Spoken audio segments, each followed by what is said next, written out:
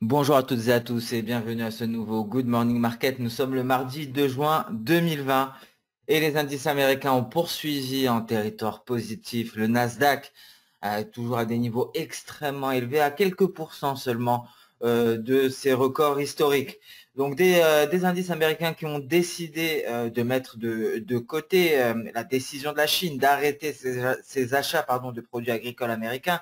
Le S&P 500 qui augmente de 0,38%, le Dow Jones qui a clôturé à la hausse de 0,36% et le Nasdaq a gagné 0,66%. Et donc les valeurs qui ont tiré les indices américains, ce sont celles des compagnies aériennes, les valeurs des croisières et des hôtels, et c'est bien la réouverture des économies qui vient renforcer le sentiment. Et d'ailleurs aujourd'hui c'est la réouverture officielle des bars et des restaurants en France, donc un semblant de reprise économique, une poursuite de la reprise. Et le Missouri qui a autorisé la réouverture des casinos, le Nevada fera la même chose à partir de la fin de semaine. Concernant la région Asie-Pacifique, le Nikkei s'échange à plus de 1,5%. En Australie, le S&P ASX 200 gagne 0,5% et le Kospi coréen progresse de 0,9%. Les indices chinois, quant à eux, sont en petite hausse. Donald Trump aux États-Unis a averti qu'il déploierait plus de troupes dans les villes américaines au cas où les autorités locales ne parviendraient pas à contenir les émeutiers. Il y a également des rumeurs selon lesquelles l'imposition de la loi martiale serait une éventualité. Donc des émeutes qui se poursuivent aux États-Unis. Il faut noter que ces émeutes pourraient porter atteinte à la réouverture des économies et à la reprise. Donc prudence aux États-Unis où la tension est à son summum. Concernant le coronavirus, le nombre de cas confirmés a augmenté pour atteindre les 6,37 millions. Le nombre de décès qui est aux alentours des 377 500.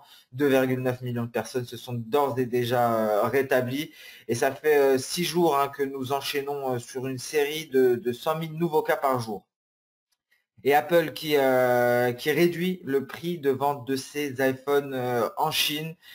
Concernant le marché pétrolier, donc selon un rapport Reuters, l'OPEP et la Russie envisageraient d'étendre leur réduction de production de 9,7 millions de barils par jour pour le mois de juillet et août. Alors je vous rappelle que cette réduction de production à hauteur de 9,7 millions de barils par jour devait prendre fin à la fin juin. Et ensuite, nous allions passer sur une seconde phase avec des réductions de production moins conséquentes. Alors maintenant, on repousse les 9,7 millions de barils. On pourrait repousser jusqu'à la fin août. Donc en tout cas, la prochaine réunion devrait se tenir le 4 juin, donc dans 2 jours. Et c'est là où on en apprendra un petit peu plus. Et donc le UK Times qui rapporte de son côté que le Royaume-Uni serait prêt à faire des concessions dans les négociations commerciales avec l'Union européenne, si et seulement si l'Union européenne déciderait de faire également des concessions avant que le Royaume-Uni en fasse. Alors la Reserve Bank of Australia qui a laissé ses tons inchangés lors de la réunion d'aujourd'hui, la banque a signalé que l'approche accommodante sera maintenue aussi longtemps que nécessaire.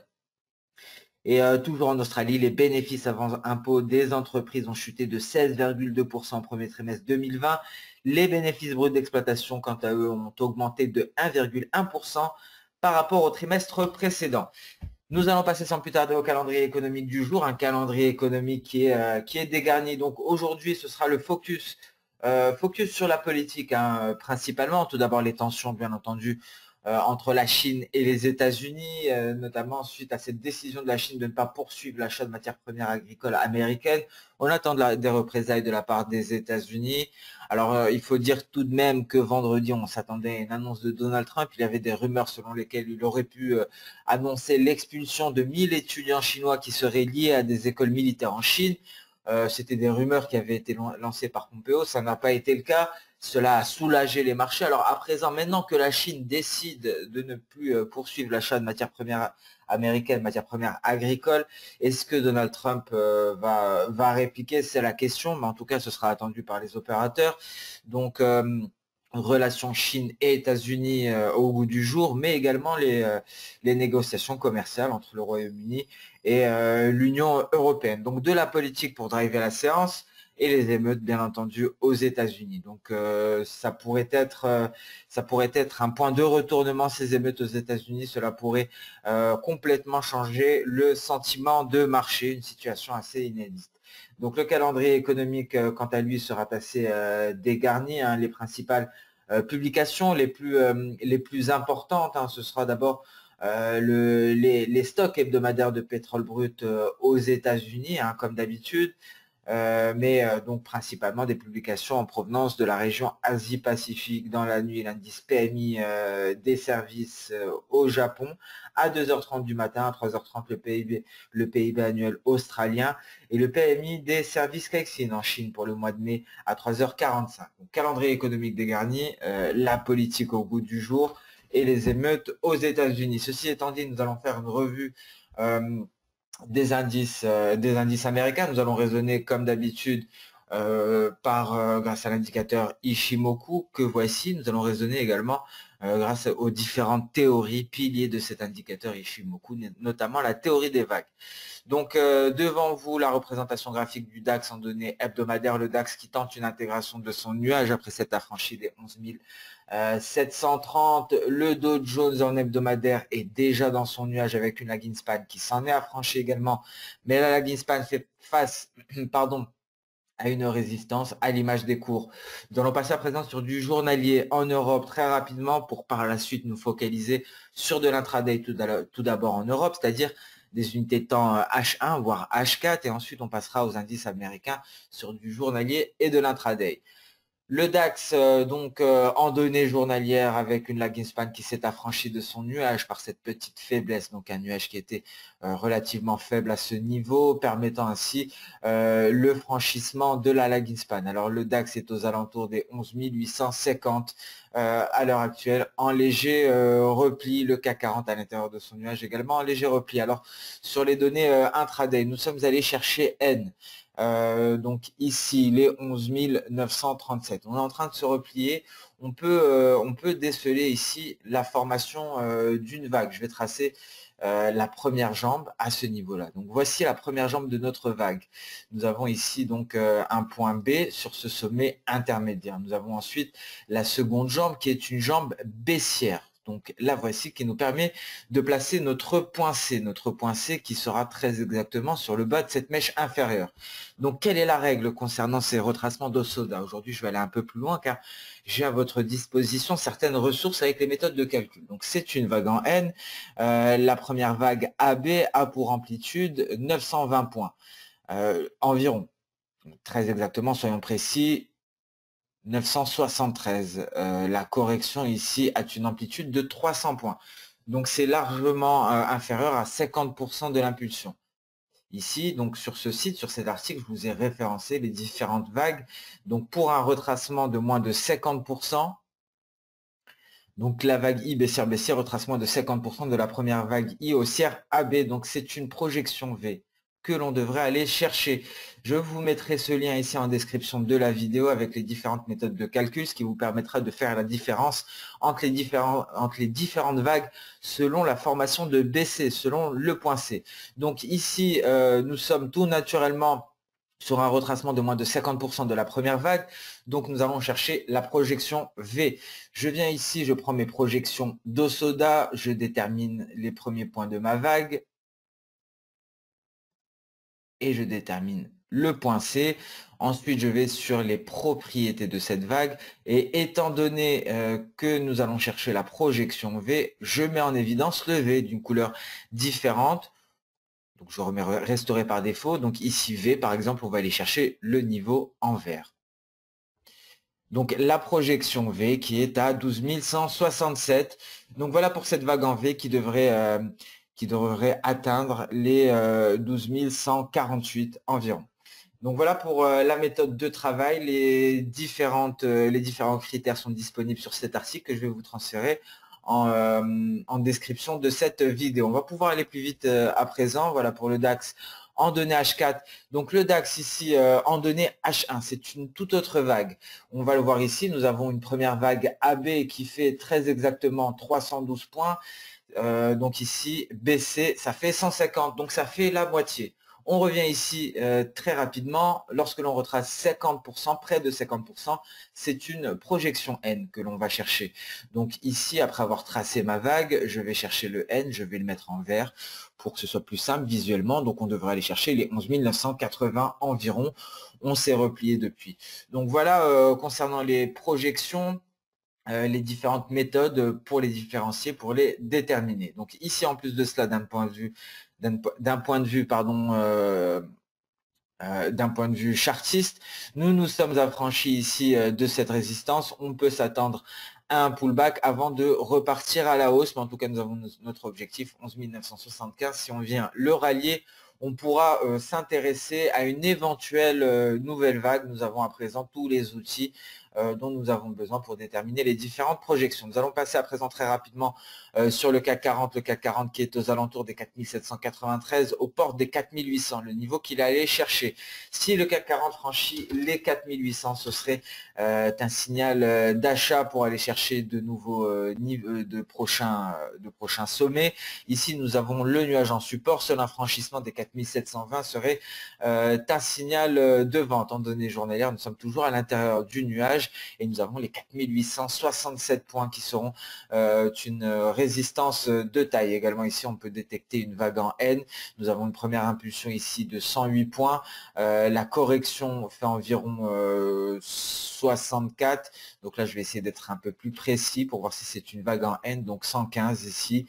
Et ici, je vais avoir 64. Donc c'est à peu près 50%. On peut estimer que c'est une vague en N. Donc notre objectif nous est donné par la projection N, tout simplement. La projection N qui est à 4830 points. Donc en cas de franchissement des 4830, qui est le prochain objectif à aller chercher pour le CAC 40, on irait aller chercher les 4870 points environ.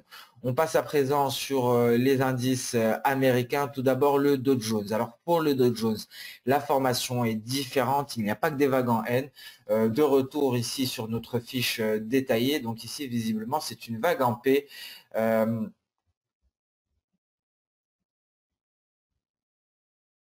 Voilà, donc la voici. C'est une vague en P. Donc une vague en P qui est apparentée à un triangle symétrique.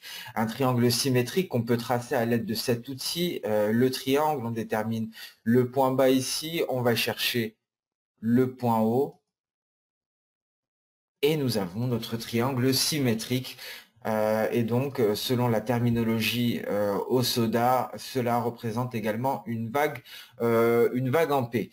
Donc, en cas de sortie par le haut, ce serait notre signal qui nous permettrait d'aller chercher la zone des 25 800 points pour le Dow Jones. Donc ici, nous sommes dans un tout petit range, nous tentons de réintégrer le nuage.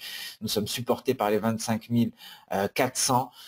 Donc range entre les 25 400 et les 25 458. Si on franchit les 25 460, ce serait pour aller chercher les 25 800. Donc prudence ici au vu de ce triangle symétrique en cours de formation. N'hésitez pas à utiliser l'outil triangle pour plus de précision et plus de simplicité dans vos tracés chartistes. Et donc le S&P 500 également qui nous donnerait un signal aucun de franchissement des 3061 ici. Et en cas de cassure de la SSB, les 3030, ce serait pour repasser sous les 3000 très certainement. En tout cas, au minimum pour aller les tester. Donc visiblement, nous sommes dans un range. Nous sommes légèrement neutres dans un range qui fait environ une trentaine de points. On va essayer, les signaux seront déterminés par le franchissement de la borne supérieure ou inférieure. Donc voilà le range très précisément, un range qui est délimité par le récent sommet, le sommet qui a été marqué le 28 mai 2020 et qui est délimité par le palier de SSB à 3028. Et le Nasdaq, hein, on va débuter par le Nasdaq en données journalières. Assez étonnant, le Nasdaq qui pourrait aller marquer de nouveaux records historiques. Alors oui, certes, beaucoup de composants du Nasdaq ont pu bénéficier du confinement, mais cela ne vient pas. Cela ne justifie pas de nouveaux records. Donc peut-être la nouvelle bulle des valeurs technologiques. En tout cas, on peut déceler ici un biseau ascendant. Je vous le rappelle, à connotation baissière, un biseau qui a été tracé encore une fois grâce à l'outil ici triangle. On va passer à présent sur les données intraday. Nous pouvons ici détecter le bison en cours de formation. Nous avions parlé de cette figure. C'est une figure extrêmement haussière. Je vais la placer dans le rectangle rouge. Nous avions défini les différents critères. Alors, c'est une figure classique Ishimoku extrêmement haussière. J'avais énuméré les critères vendredi, je vais les répéter rapidement. Il y a la formation d'un point C toujours en dessous du nuage. Nous sommes en intraday, donc il doit y avoir plus ou moins 23 bougies qui les séparent. Donc ici, nous avons très exactement 22 chandeliers, il me semble, 23 même, voire 22. Donc c'est l'équivalent de 24 heures en données H1. Premier critère, validé. Second critère, c'est le croisement de la lagging span avec les cours. Nous l'avions eu ici, la validation de ce critère, à la première ellipse jaune. Second critère, c'est le croisement de la Tenkan avec la Kijun. Donc ici, nous ne l'avions pas eu. Hein. Donc c'est très exactement à ce niveau que ce critère a été validé. Ensuite, il y a un franchissement de nuage avec une accélération haussière. Ce critère a été validé. Très souvent, nous assistons à un pullback sur le nuage. Nous en avons même eu 3. Et à présent, donc, nous partons à la hausse. Donc, tous les critères ont été validés et largement, c'est une configuration haussière, c'est une configuration en double creux et la voici, c'est une vague en double creux. La vague en double creux, donc je ne vous ai pas encore, je n'ai pas complété ici cet article, mais les objectifs nous sont donnés par eux, par les projections de Soda E, voire 3E. Donc, comment fait-on dans ce cas-là? On va tracer on va déterminer nos différents points. Donc ici, je restaure par défaut, donc ce sera présenté de la sorte. On ne sélectionne que E et on place le multiplieur à 3. Donc ça nous donne nos différents objectifs, les 3E, donc le premier E, le deuxième E et le troisième E. Donc voilà pour les objectifs de cette configuration largement haussière. Le premier E est à 2785. Donc voilà, nous avons détaillé à présent cette formation qui est en cours de validation. Nous allons passer sans plus tarder sur les matières premières. Nous allons débuter par le gold qui avait effectué son pullback sur l'Apex à 1700 $ l'once et qui nous avait donné plusieurs signaux. On avait donné plusieurs scénario d'entrée en position, le premier à la sortie du triangle symétrique par le haut, le second au pullback sur le nuage ici, le troisième au pullback sur l'apex, pullback également sur la borne supérieure de notre triangle symétrique. Ensuite, on a décelé un biseau descendant permettant de nous donner un autre signal à la sortie de celui-ci, très exactement à ce niveau-là. Donc c'était un signal beaucoup plus conservateur. Et enfin, le dernier signal au franchissement de notre nuage, très exactement à ce niveau-là. Donc ici, nous sommes sortis du nuage. Il y a eu un pullback sur le nuage. Je vais même passer en données H1 pour plus de précision. Donc le pullback s'est effectué en données H1 sur les 1735 sur ce palier de Kijun avec un nuage ici qui est en renfort. Donc je reviens sur le H4 à présent. Donc peut-être ici le point de départ de la réalisation d'autres objectifs de plus long terme pour le gold, à l'image ici de ces objectifs en données journalières pour le gold. Et souvenez-vous, hein, nous avions parlé de cette analyse en données hebdomadaires. Nous allons passer à présent sur le silver, car il y avait également un signal à ce niveau-là hein, lors du franchissement de la borne supérieure. C'était un signal qui pouvait servir afin d'entrer en position sur le gold. Le silver est beaucoup plus rapide hein, dans les hausses. Nous avons d'ores et déjà effectué un retour à la moyenne sur ce palier de Kijun et on tente actuellement de s'affranchir de la Tenkan.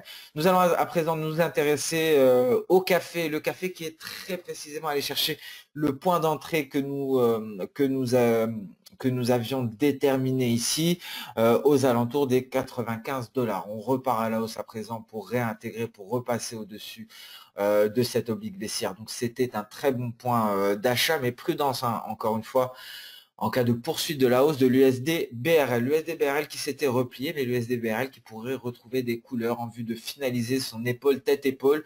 Seul un ultime franchissement de la ligne de coup serait un signal de vente. Mais pour l'heure, on réintègre F3 sur l'USD BRL, donc prudence. Le scénario de la formation d'une seconde épaule se précise. Cela pourrait affaiblir le café à nouveau, qui pourrait coller à cette oblique baissière dans l'attente du repli de l'USD BRL en cas de confirmation de la formation de la seconde épaule. En tout cas, un niveau extrêmement précis qui a été atteint par le café, qui repart à la hausse par la suite. Peut-être pas le point bas pour le moment sur le café. Attention, en cas de formation de la seconde épaule sur l'USD-BRL, on pourrait se replier davantage. Dans tous les cas, le café pourrait nous donner une seconde chance en allant tester à nouveau les 95 $, mais on le gardera sous surveillance lors des séances à venir. On s'intéresse à présent au pétrole WTI qui sort de son nuage et qui se rapproche de sa résistance à 36,80 $ ici. Une zone de résistance car les 37,60 viennent la renforcer un peu plus loin. Alors en données H1, le pétrole donc ne cesse de progresser à la hausse. Ici, il pourra aller chercher les 35 $ 91. Une vague avait été formée ici avec une impulsion AB d'une amplitude de 2,84, BC du 1,53. Donc nous sommes allés retracer plus de 50%. Donc encore une fois, pour un dernier exemple, je reviens sur mes différentes projections d'Osoda disponible ici.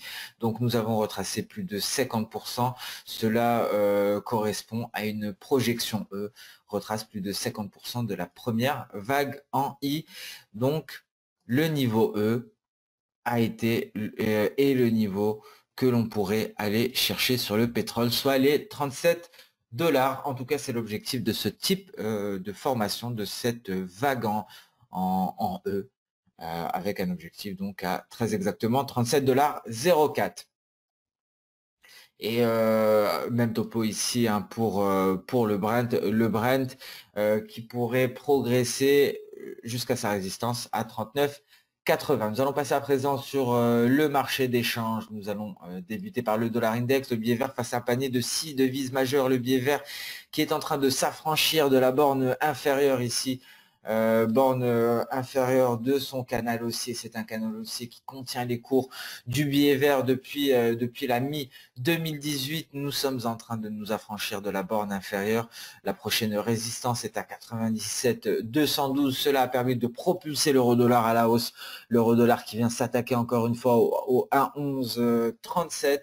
C'est un palier de SSB. Attention tout de même à la lagging span qui vient également s'attaquer à cette oblique baissière, la lagging span qui pourrait refuser de s'en affranchir et cela pourrait donc entraîner un pullback de l'euro-dollar. Donc un pullback tout d'abord vers la borne inférieure, un pullback pourquoi pas vers les indices 65. En tout cas après 1, 2, 3, 4, 5 séances de hausse consécutives, on peut s'attendre à une correction. La question est-ce que cette correction ira jusqu'à cette oblique baissière ou bien jusqu'à ce palier de SSB, les indices 64. En cas de franchissement des 1,1136, ce serait extrêmement haussier et on pourrait aller chercher les récents sommets, un palier de SSB également, les 1,12, 1,1220, 1,1219. C'est ce palier de SSB et c'est ce récent sommet, celui du 30 décembre 2019. Ce sera très difficile de s'en affranchir. Une correction est plus probable pour le moment. On parle de l'USDK à présent qui, après nous avoir fourni un signal sur son triangle descendant, franchissement de sa borne supérieure, nous avons assisté à une accélération baissière de l'USDK. Nous avons ajouté Ishimoku. Nous avions ajouté les cours du pétrole afin de constater la corrélation négative. On peut le retirer à présent. Et ici, cela nous permet de nous... voilà, donc nous sommes sur le support ici concernant l'USDK, sortie de la borne supérieure de son triangle descendant. Donc, on peut s'attendre à une consolidation à ce niveau-là aux alentours des 1,35. En tout cas, c'est la cible pour l'USDK. Et le GBP-USD également qui a retrouvé des couleurs, qui vient se placer au-dessus des 1,2484 avec pour cible les 1,26.